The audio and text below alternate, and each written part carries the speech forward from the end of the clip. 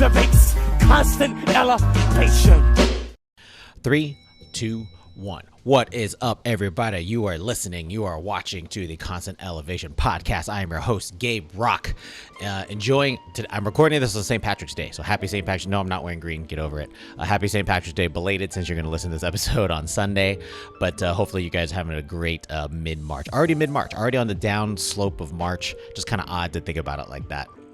A lot of good things happening on my side of the world, and so I did find out that where our next adventure is going to be, and so it's going to be taking place at Hanscom Air Force Base over in Massachusetts, and I'm going to be dual-hatted. I'm going to be the vice commander of the Air Force Cyberspace Capability Center, as well as the lead, the Air Force, the AFCyber ACC A6 lead for Enterprise IT as a Service across the Air Force. And so I'm excited for both of those. I think I was probably chosen for that because of my experience on there, and depending on how I think the job is going to be, I think my talents can be properly leveraged in that job. So very, very excited for that. We're probably going to be moving around mid-July.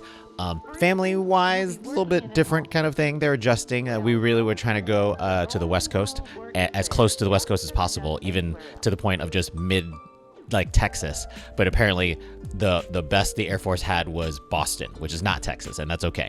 But we have some interesting family stuff going on.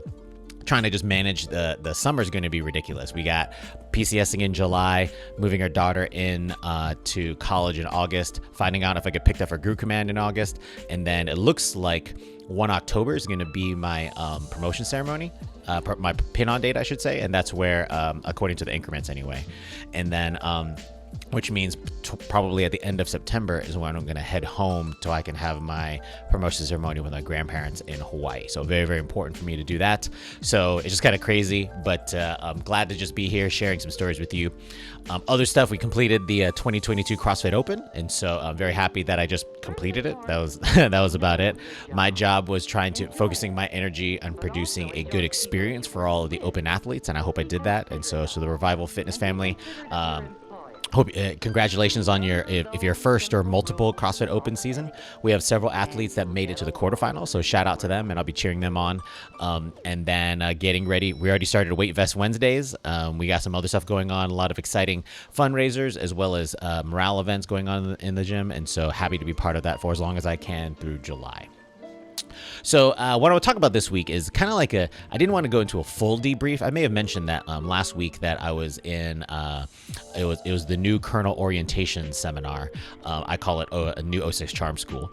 But there's definitely some tidbits that I feel like I wanted to share with you guys. And it was interesting, and that's what I want to talk about, because some of these things are, although the audience obviously was brand new colonels, I think some of the leadership lessons that we covered actually apply to at any leadership level.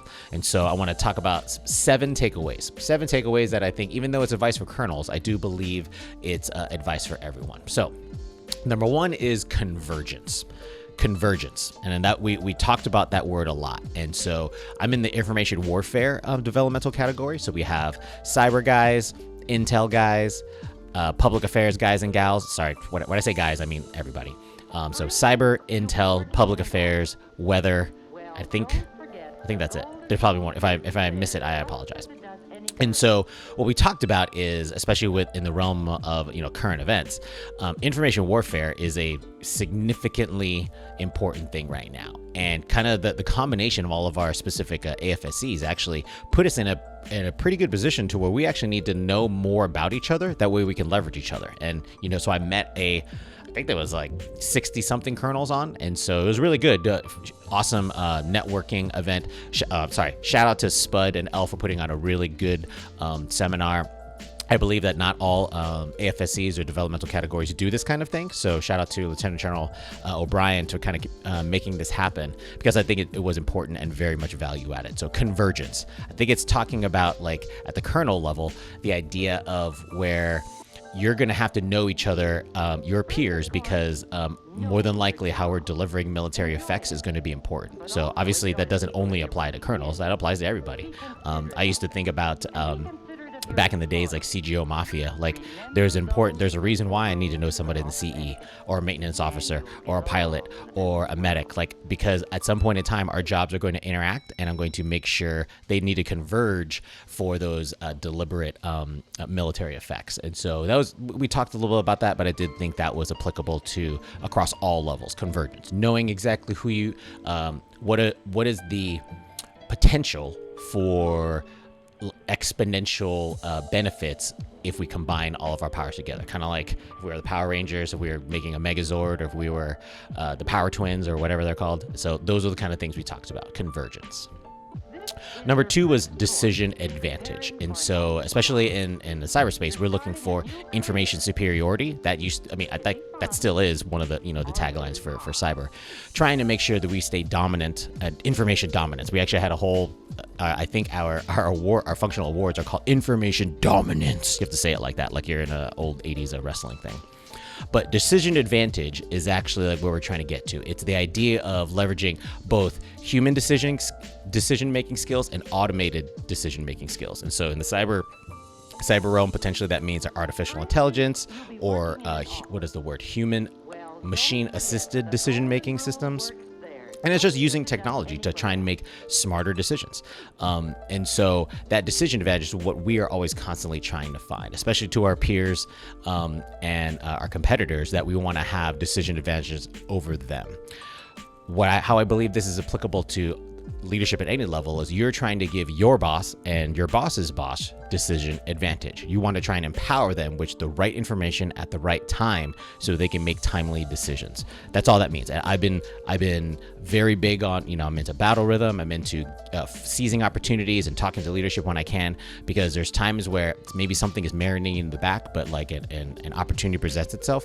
You want to be able to make sure that you're prepared in order to have that leader make a certain decision with the good information that you're providing them. Decision advantage, building confidence, the things that we do throughout the Air Force can often lead to and be at the 06 level, and potentially we're going to have to be charged with making those hard decisions or trying to get that ball over the line. And so because a lot of stuff can just happen at the 06 level. The decision advantage of where one thing I learned is like, so what does like an 06 level discussion mean?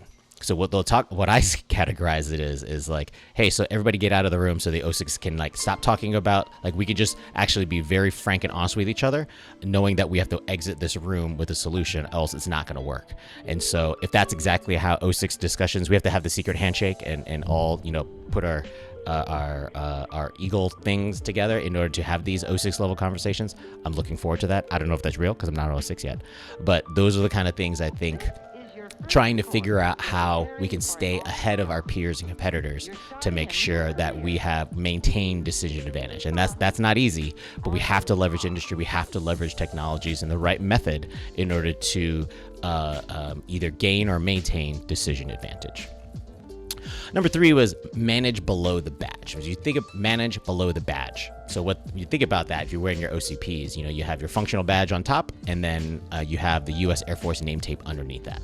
So what we're talking about is all the way through as a colonel, you've been representing your community, and that's exactly where you want to be the subject matter expert on your assigned function, and nothing wrong with that.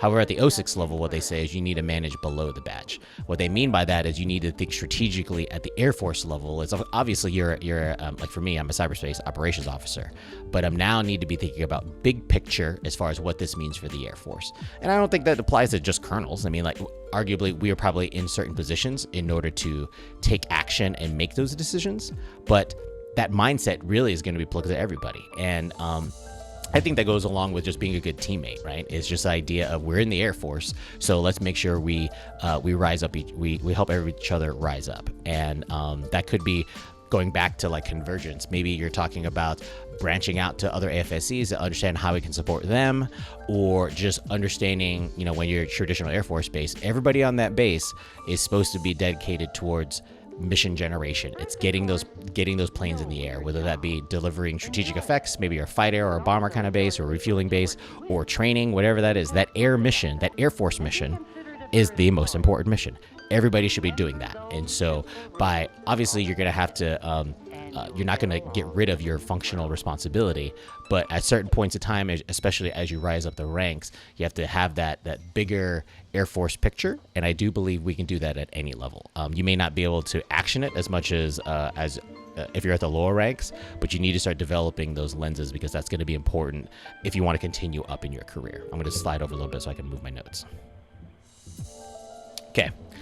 Another piece that I thought was really good, and it kind of makes sense as far as just like hashtag DBAA, don't be an asshole, is talk with people, not at people. Talk with people, not at people.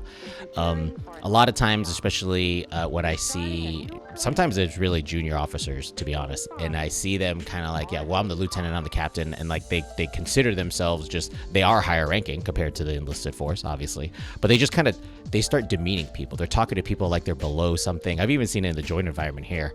I have a major from one service talking to a captain in another service. Well, I'm the major here, I'm going to do this stuff. Like, you didn't have to say that. Everybody knows you're a major. Why did you have to say that out loud? And I felt like that person was talking to people and like in a negative sense versus with them, versus having a conversation. And I think that's important, especially at the colonel level, that we're going to have to seek to understand, and making sure that if it's something we are not familiar with, it's our duty to make sure that we get familiar with it. And part of that is translating. I don't expect anybody else to understand cyberspace operations. My responsibility is to translate that and how I can integrate that with their function. And I would hope that comes in the direction back at me as well.